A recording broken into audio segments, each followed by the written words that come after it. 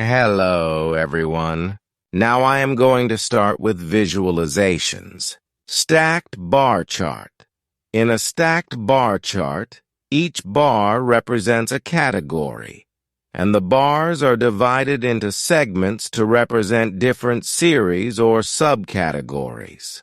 The height of each bar represents the total value for the category, and the segments within the bar represent the contribution of each series to that total.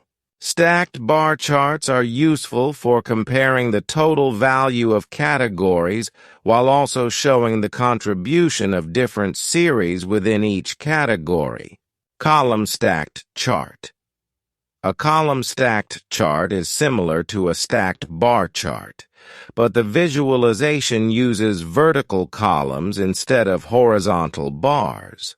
Each column represents a category, and the columns are divided into segments to represent different series or subcategories.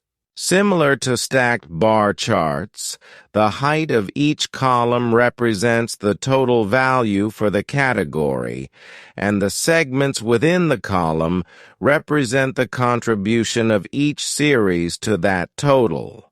Column-stacked charts are often used when horizontal space is limited or when it's more intuitive to represent data using vertical columns.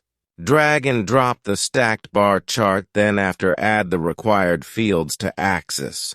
So drag and drop the stacked column chart, then after add the required fields to axis.